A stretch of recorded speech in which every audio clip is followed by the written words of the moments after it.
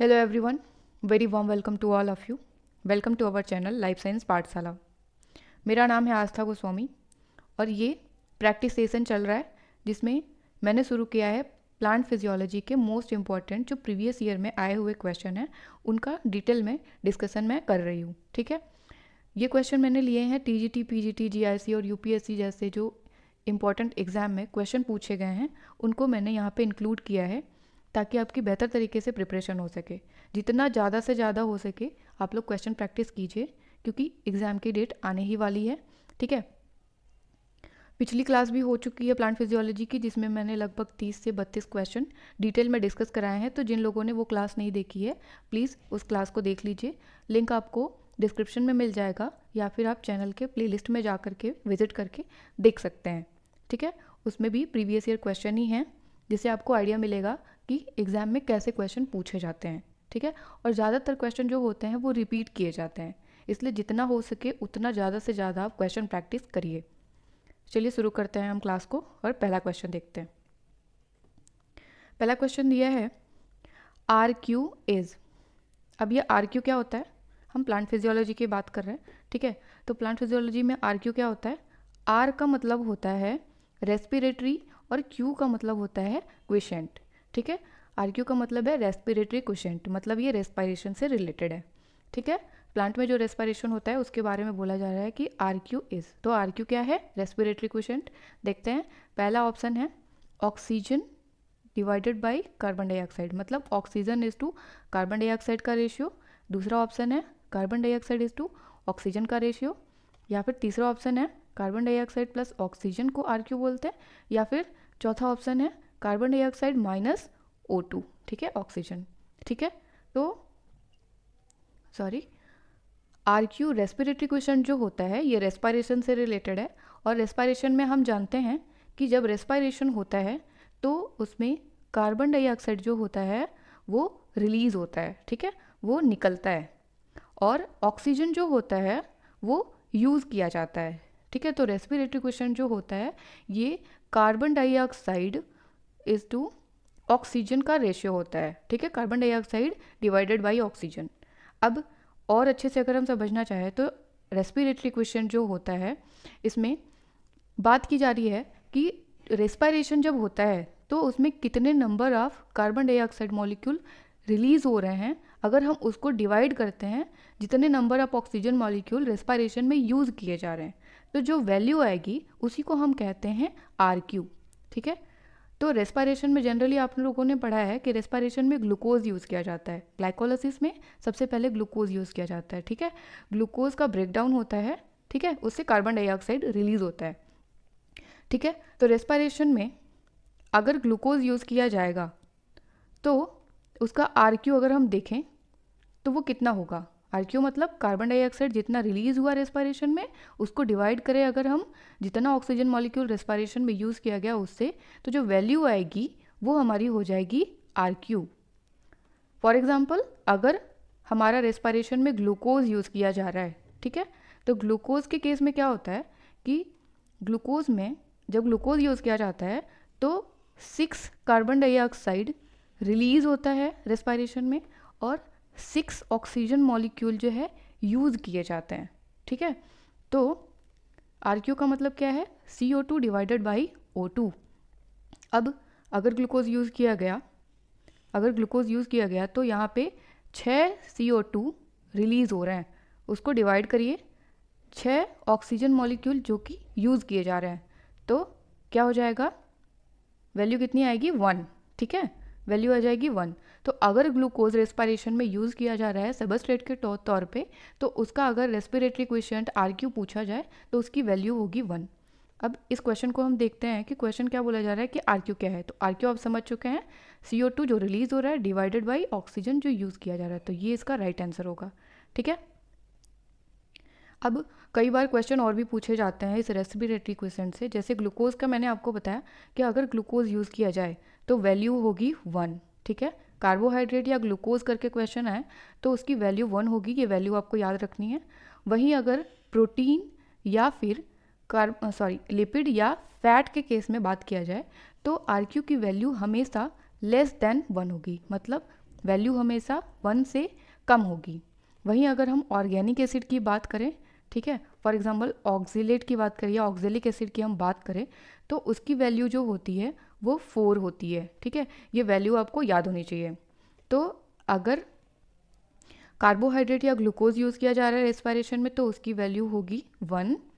ठीक, अगर प्रोटीन या फैट या लिपिड यूज़ किया जा रहा है तो उसकी वैल्यू हमेशा 1 से कम होगी। ठीक है, और अगर ऑर्गेनिक एसिड यूज़ किया जाए या फिर कोई ऑर्गेनिक एसिड का नाम जैसे मैलिक एसिड, ऑक्जेलिक एसिड, ये सब अगर नाम देकर के पूछे तो उस केस में वैल्यू हमेशा ग्रेटर देन 1 होगी। ठीक है, ये आपको याद रखना है रेस्पिरेटरी क्वेश्चन से रिलेटेड। अगला क्वेश्चन देखते हैं, which is the most abundant protein on the earth. Earth पे जो मोस्ट अबंडेंट प्रोटीन माना जाता है वो कौन सी है? ऑप्शन है एल्बुमिन्स, दूसरा है प्लास्टोसाइनिन, तीसरा है रुबिस्को और चौथा है नन ऑफ दिस। ठीक है, तो जो रुबिस्को एंजाइम होता है रिबुलोज 1,5 बिस फॉस्फेट कार्बोक्सिजनेज ऑक्सीजनेज। ठीक है, तो ये जो रुबिस्को एंजाइम होता है इसी को मोस्ट अबंडेंट प्रोटीन माना जाता है हमारे अर्थ का। ठीक है, अगला क्वेश्चन है, गटेशन अकर्स थ्रू। गटेशन जो होता है, पिछली क्लास में मैंने आपको एक्सप्लेन किया था कि गटेशन क्या होता है। गटेशन जो है ये ग्रासेस में देखने को मिलता है। मॉर्निंग के टाइम पे उसकी लीफ जो होती है, लीफ के टिप पे कुछ वाटर ड्रॉपलेट्स होते हैं। ठीक है, जो ये वाटर ड्रॉपलेट्स इस लीफ के टिप से निकले होते हैं इसी को गटेशन कहते हैं। इस प्रोसेस को गटेशन कहते हैं, जिस प्रोसेस से ये वाटर ड्रॉपलेट्स जो है प्लांट के लीफ टिप पे रिलीज होता है। ठीक है, ये होता है गटेशन। तो पूछा जा रहा है कि गटेशन किसके थ्रू होता है? स्टोमेटा के थ्रू होता है, एपिडर्मिस के थ्रू होता है, हाइडियर थ्रोट के थ्रू होता है या फिर वुंड्स होते हैं उसकी वजह से होता है। तो राइट आंसर क्या होगा? गटेशन जो होता है हाइडियर थ्रोट की वजह से होता है। ठीक है, अगला क्वेश्चन है, which tissue translocate the absorbed water by root to leaf in plants.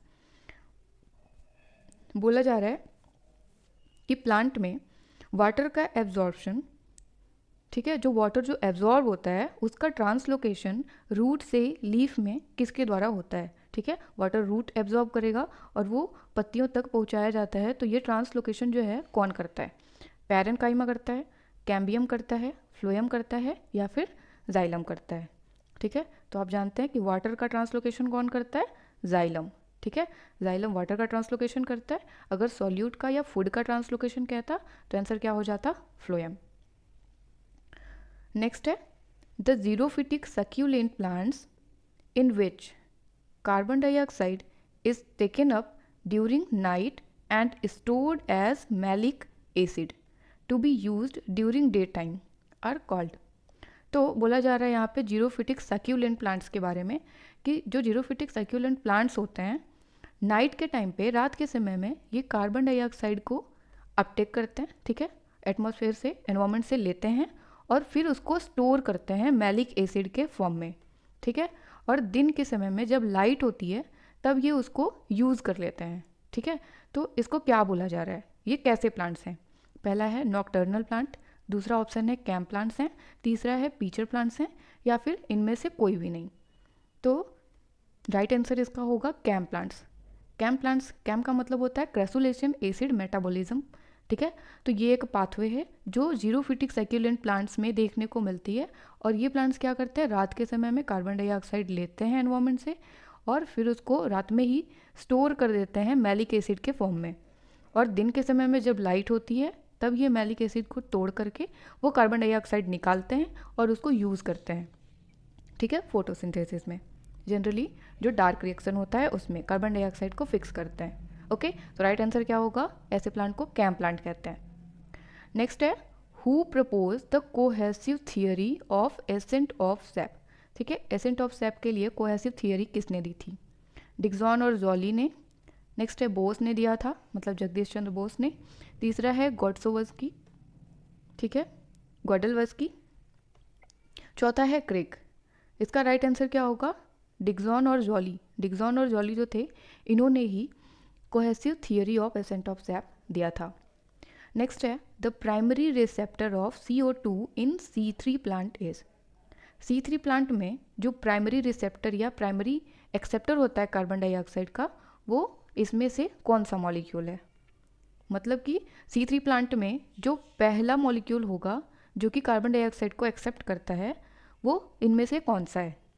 First option है RUBP मतलब रिबुलोज 1,5 बेस फॉस्फेट।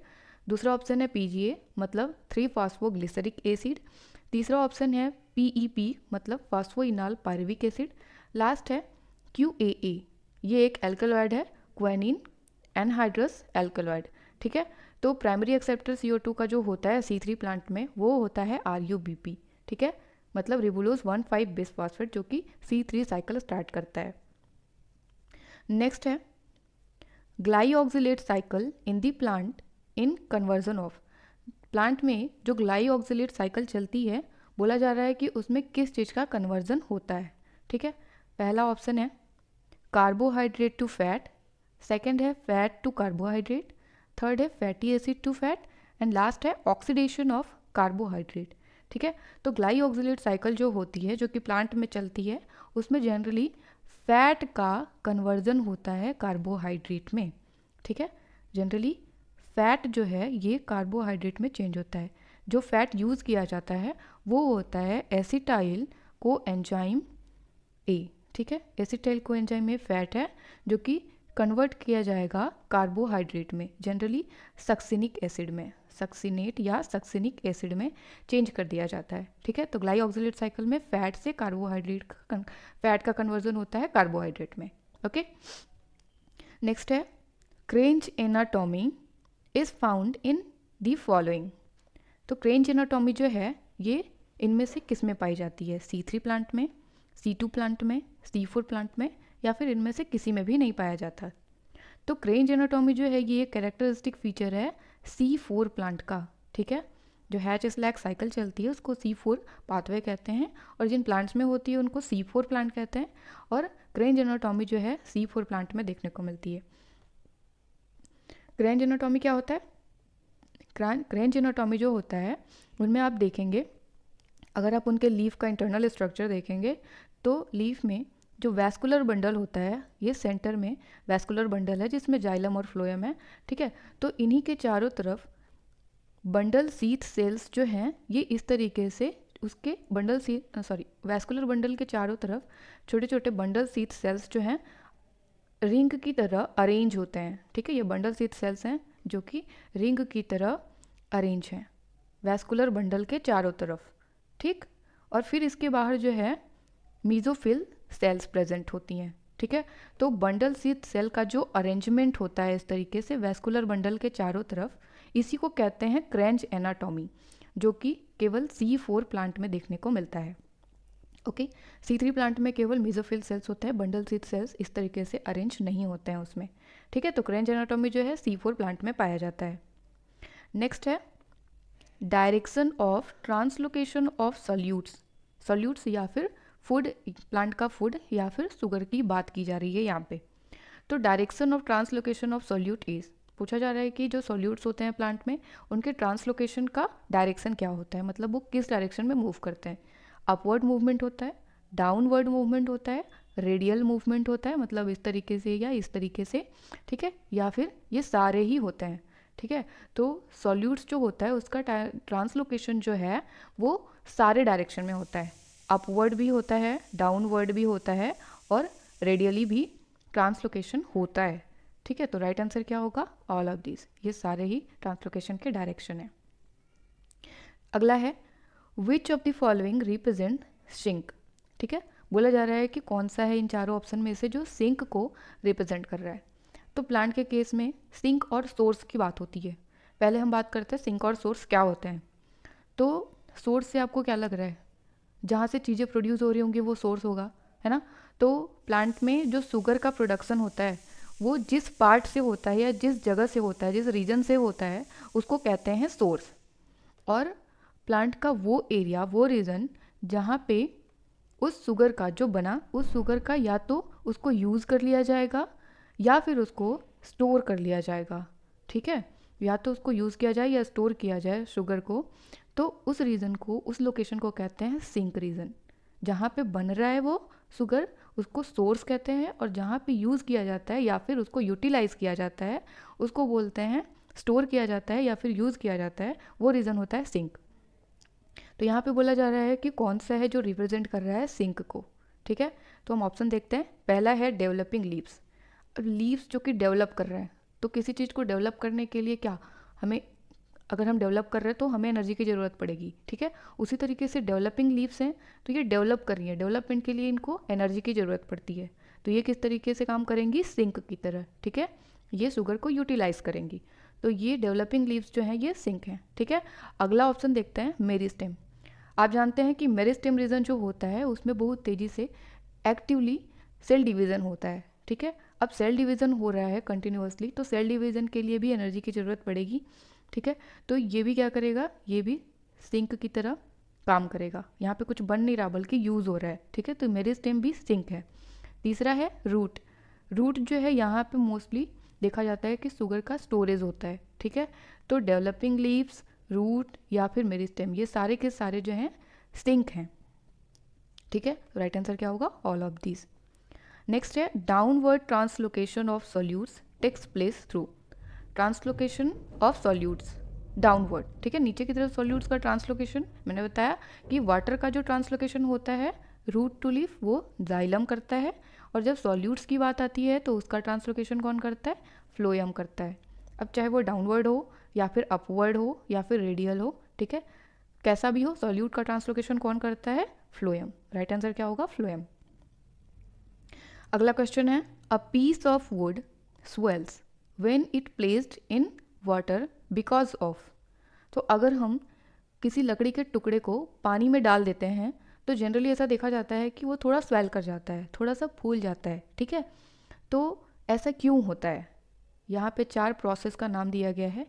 यहाँ पे 4 प्रोसेस का नाम दिया हुआ है। पहला है डिफ्यूज़न, दूसरा है ऑस्मोसिस, तीसरा है इम्बाइबेशन, चौथा है गटेशन, ठीक है। तो कौन सा प्रोसेस होता है जिसकी वजह से पीस जो होती हैं वुड की वो स्वेल कर जाती हैं। राइट आंसर क्या होगा इसका, इम्बाइबेशन। इम्बाइबेशन जो है ऐसा प्रोसेस है जिसके थ्रू जो ड्राई वुड्स होती हैं वो वाटर को एब्जॉर्ब करती हैं, ओके।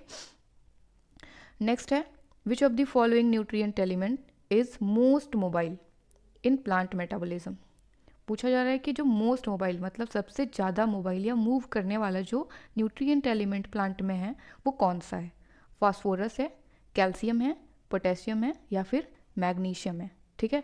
तो पोटेशियम जो होता है ये मोस्ट मोबाइल एलिमेंट है प्लांट में, ठीक है, ये याद रखिएगा, पोटेशियम। अगला क्वेश्चन है, plants with latex and unisexual flowers are found in Ranunculaceae, Rutaceae, Amaranthaceae या फिर यूफोर्बिएसी। तो 4 फैमिलीज़ हैं, हमें बताना है कि ऐसी कौन सी प्लांट फैमिली है जिसके जो प्लांट्स होते हैं उनमें लेटेक्स पाया जाता है और उसके फ्लावर्स जो होते हैं वो यूनिसेक्सुअल होते हैं, ठीक है।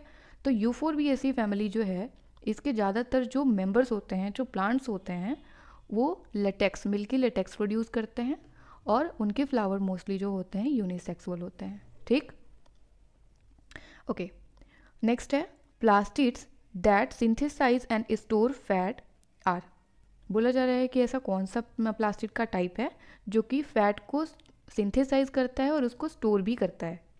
ऑप्शन में है ईओप्लास्ट, सेकंड है एटियोप्लास्ट, थर्ड है एलियोप्लास्ट, फिर फोर्थ है जेरोंटोप्लास्ट, ठीक है। तो अगर हम ऑप्शन देखें तो ईओप्लास्ट, एटियोप्लास्ट और जेरोंटोप्लास्ट, ये तीनों जो प्लास्टिड के टाइप्स हैं ये प्लास्टिड के टाइप्स नहीं हैं, ये प्लास्टिड का जो डेवलपमेंट होता है। तो प्लास्टिड के डेवलपमेंट में अलग अलग स्टेज पे प्लास्टिड को नाम दिया गया है, ठीक है। ये तीनों जो हैं ये प्लास्टिड के डेवलपमेंट के अलग अलग स्टेज के नाम हैं। केवल एलियोप्लास्ट जो है ये प्लास्टिड का ऐसा टाइप है जिसमें फैट का सिंथेसिस होता है और उसको स्टोर भी किया जाता है, ठीक है। एलियोप्लास्ट आप याद रखिएगा, जहाँ पे फैट का सिंथेसिस और स्टोरेज होता है। अगला क्वेश्चन है, loading of phloem is related to. Phloem की लोडिंग क्या होती है, प्लांट में जो सॉल्यूट्स बनते हैं, जो शुगर या फिर जो उनका फूड मटेरियल बनता है, ठीक है, उसको एक जगह से दूसरी जगह ले जाने के लिए फ्लोएम की मदद ली जाती है, ठीक है, ये आप सब जानते हैं। फ्लोएम के थ्रू सॉल्यूट्स को या शुगर को एक जगह से दूसरी जगह ले जाया जाता है। अब किसी चीज़ को कहीं ले जाने के लिए हमें क्या करना पड़ेगा, उस पर सामान को लोड करना पड़ेगा, ठीक है। तो जैसे हम ऑटो से कोई सामान को हमें ले जाना है तो सामान को पहले ऑटो में लोड करना पड़ेगा, ठीक है। उसी तरीके से जो सॉल्यूट्स या शुगर होता है उनको पहले फ्लोएम में लोड किया जाता है, जिसको कहते हैं फ्लोएम की लोडिंग, ठीक है।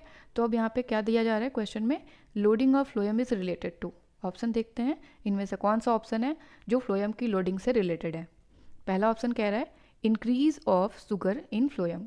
यस, जब फ्लोएम की लोडिंग होती है तो क्या होता है, फ्लोएम में शुगर का जो कॉन्सेंट्रेशन होता है वो इंक्रीज हो जाता है, बढ़ जाता है। तो ये तो हो गया फ्लोएम से रिलेटेड, फ्लोएम लोडिंग से रिलेटेड। नेक्स्ट ऑप्शन भी हम चाहें तो देख सकते हैं, पहला ऑप्शन तो सही है। नेक्स्ट देखते हैं इलोंगेशन ऑफ फ्लोएम सेल। नहीं, फ्लोएम की लोडिंग में फ्लोएम सेल का कोई इलोंगेशन नहीं होता है, ठीक है। नेक्स्ट है सेपरेशन ऑफ फ्लोएम पैरेन्काइमा। नहीं, बिल्कुल भी नहीं। फिर चौथा है स्ट्रेंथनिंग ऑफ फ्लोएम फाइबर, ठीक है। ये तीनों ही फ्लोएम की लोडिंग से रिलेटेड नहीं है। जो पहला ऑप्शन है वही फ्लोएम की लोडिंग से रिलेटेड है, ठीक है, जिसमें फ्लोएम में क्या होता है, शुगर का कॉन्सेंट्रेशन बढ़ जाता है, ठीक। ओके, नेक्स्ट है most of enzyme which participate in Krebs cycle are found in, ठीक है। क्रेब्स साइकिल आपने पढ़ा होगा, रेस्पिरेशन का एक पार्ट है, ठीक है। तो बोला जा रहा है कि जो क्रेब्स साइकिल होती है उसमें ज़्यादातर जो एंजाइम्स होते हैं वो कहाँ पे पाए जाते हैं। ऑप्शन देखते हैं, मैट्रिक्स ऑफ माइटोकॉन्ड्रिया, सेकंड है inner membrane of mitochondria, third है outer membrane of mitochondria and fourth है स्ट्रोमा ऑफ क्लोरोप्लास्ट, ठीक है। ऐसे क्वेश्चन जैसे कि ये है, अगर आप इस क्वेश्चन को देखें तो इसके जो चारों ऑप्शन हैं इनमें 3 ऑप्शन जो हैं एक दूसरे से मिलते जुलते हैं, माइटोकॉन्ड्रिया माइटोकॉन्ड्रिया माइटोकॉन्ड्रिया, ठीक है, माइटोकॉन्ड्रिया के ही बारे में बोल रहा है। बट ये जो चौथा वाला ऑप्शन है इसमें क्लोरोप्लास्ट को ला दिया, ठीक है। तो अगर इस टाइप का क्वेश्चन आपको दिखे जिसमें 3 ऑप्शन जो है एक दूसरे से क्लोजली रिलेटेड हो और एक ऑप्शन जो है वो बिल्कुल ही अलग हो जाए, जैसे कि 3 माइटोकॉन्ड्रिया की बात कर रहे हैं और एक जो है वो क्लोरोप्लास्ट को ला दिया, तो इस तरीके के क्वेश्चन जो होते हैं जिनमें एक ऑप्शन जो है बिल्कुल ही अलग हो जाता है तो ज़्यादातर वो आंसर गलत होता है, ठीक है। अगर आपको क्वेश्चन में ज़्यादा कुछ नहीं आ रहा है, ऑप्शन देखकर आप कंफ्यूज हो रहे हैं, तो इस तरीके के क्वेश्चन में जो सबसे अलग वाला ऑप्शन दिखे उसको आप इजीली एलिमिनेट कर सकते हैं, जिससे कि अब 4 में से आपके पास 3 ऑप्शन बचेंगे चूज़ करने के लिए, ठीक है। तो ये जब आप एग्जाम में क्वेश्चन आएंगे तो ये ट्रिक आप यूज़ करिएगा। अब हम क्वेश्चन देखते हैं। बोला जा रहा है कि क्रेब्स साइकिल में जो मोस्ट एंजाइम पार्टिसिपेट करते हैं उनका लोकेशन क्या है, ज़्यादातर एंजाइम कहाँ पाए जा रहे हैं। तो राइट आंसर इसका होगा मैट्रिक्स ऑफ माइटोकॉन्ड्रिया, ठीक है। क्रेब्स साइकिल के ज़्यादातर जो एंजाइम्स होते हैं वो माइटोकॉन्ड्रिया के मैट्रिक्स में प्रेजेंट होते हैं। केवल एक एंजाइम है जो कि माइटोकॉन्ड्रिया के इनर मेम्ब्रेन पे पाया जाता है, बाकी सारे जो होते हैं वो माइटोकॉन्ड्रिया के मैट्रिक्स में ही प्रेजेंट होते हैं। तो राइट आंसर इसका होगा ए। नेक्स्ट है stomata restricted to lower surface of the leaf are termed as, ठीक है। ये ऑप्शन में 4 टाइप दिए हुए हैं, स्टोमेटा के लोकेशन की बात की हुई है। ये चारों टाइप आप याद रखिएगा, ठीक है। पहला है पोटैटो टाइप, दूसरा है ओट्स टाइप, थर्ड है water lily type and fourth है मलबेरी टाइप। बोला जा रहा है कि स्टोमेटा का जो लोकेशन होता है लीफ में वो रेस्ट्रिक्टेड होता है लीफ के केवल लोअर सरफेस पे। तो इस तरीके के स्टोमेटा टाइप को हम क्या कहते हैं, ठीक है, potato type, oats type, water lily या मलबेरी। हम 1 बाय 1 इनको डिस्कस कर लेते हैं ताकि हमें पता चले कि ये है क्या, और इन चारों टाइप को आप याद रखिएगा और इनका एग्जाम्पल भी, ठीक है। पहले हम बात करते हैं पोटैटो टाइप की। पोटैटो टाइप जो होता है इसमें जो नाम दिया है, पहला तो एग्जाम्पल पोटैटो ही हो गया, ठीक है। पोटैटो टाइप जो होता है उसमें पोटैटो की लीफ में आप देखेंगे तो लोअर साइड पे जो है स्टोमेटा काफ़ी ज़्यादा पाए जाते हैं, लेकिन कुछ स्टोमेटा जो है अपर सरफेस पे भी पाए जाते हैं, ठीक है। लोअर सरफेस पे ज़्यादा स्टोमेटा प्रेजेंट होंगे लेकिन उसके अपर सरफेस पे भी स्टोमेटा पाए जाएंगे। तो यहाँ पे बोला जा रहा है कि स्टोमेटा रेस्ट्रिक्टेड हो केवल लोअर सरफेस पे, तो पहला ऑप्शन जो है वो एलिमिनेट हो गया, पोटैटो टाइप नहीं होगा। ओके, अगला ऑप्शन है ओट्स टाइप। ओट क्या होता है, ये एक मोनोकॉट है। मोनोकॉट जो होते हैं उनकी लीफ में स्टोमेटा जो है बोथ साइड पे इक्वली डिस्ट्रीब्यूटेड होती है, मतलब लीफ के दोनों ही सरफेस पे इक्वली पाए जाएंगे। जितने स्टोमेटा जो हैं ऊपर वाले सरफेस पे होंगे लगभग उतने ही लोअर सरफेस पे भी आपको देखने को मिलेंगे, ठीक है। तो ये भी नहीं होगा। तीसरा है water lily type. Water lily क्या है, ये फ्लोटिंग टाइप का प्लांट है, मतलब ये वाटर के सरफेस पे तैरता रहता है, ठीक है। वाटर है इसके सरफेस पे, ये तैरते रहते हैं, ठीक है। तो ऐसे प्लांट्स जो कि फ्लोटिंग होते हैं, वाटर सरफेस पे तैरते हुए होते हैं, उनकी लीफ में जो स्टोमेटा होता है वो मोस्टली अपर सरफेस पे प्रेजेंट होता है, लोअर सरफेस पे नहीं होता, अपर सरफेस पे होता है। ठीक है, तो ये ऑप्शन भी एलिमिनेट हो गया। लास्ट है मलबेरी टाइप, तो राइट आंसर होगा मलबेरी टाइप। मलबेरी टाइप जो होता है स्टोमेटा, इसमें स्टोमेटा जो होता है रिस्ट्रिक्टेड होता है, लिमिटेड होता है लोअर सरफेस पे। ठीक है, लीफ के केवल लोअर सरफेस पे ही पाया जाएगा। राइट आंसर होगा मलबेरी टाइप। मलबेरी टाइप में और भी एग्जाम्पल हैं, जैसे कि एप्पल हो गया, ठीक है, एप्पल हो गया, पीच हो गया। अब आज का लास्ट क्वेश्चन देखते हैं। चूज करना है हमें करेक्ट स्टेटमेंट। स्टेटमेंट देखते हैं। स्टेटमेंट ए दिया है maximum accent of SAP occurs during day. ठीक है, आगे के ऑप्शन देखते हैं, उसके बाद हम बात करेंगे इस पर। सेकेंड है फ्लोएम परफॉर्म्स वाटर ट्रांसपोर्टेशन। तो क्या आपको पता है कि फ्लोएम वाटर ट्रांसपोर्ट करता है? बिल्कुल भी नहीं। ठीक है, फ्लोएम जो है सॉल्यूट ट्रांसपोर्ट करता है, वाटर का ट्रांसपोर्ट कौन करता है? Xylem.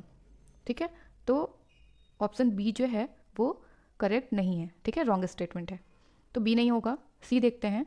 Water absorption by root from physiological dry soil is more. ठीक है, बोला जा रहा है कि फिजियोलॉजिकली ड्राई सॉइल से वाटर का जो एब्जॉर्प्शन रूट करता है वो ज़्यादा होता है। नहीं, ऐसा बिल्कुल नहीं होता है। ठीक है, तो ऑप्शन बी और सी दोनों ही गलत हैं।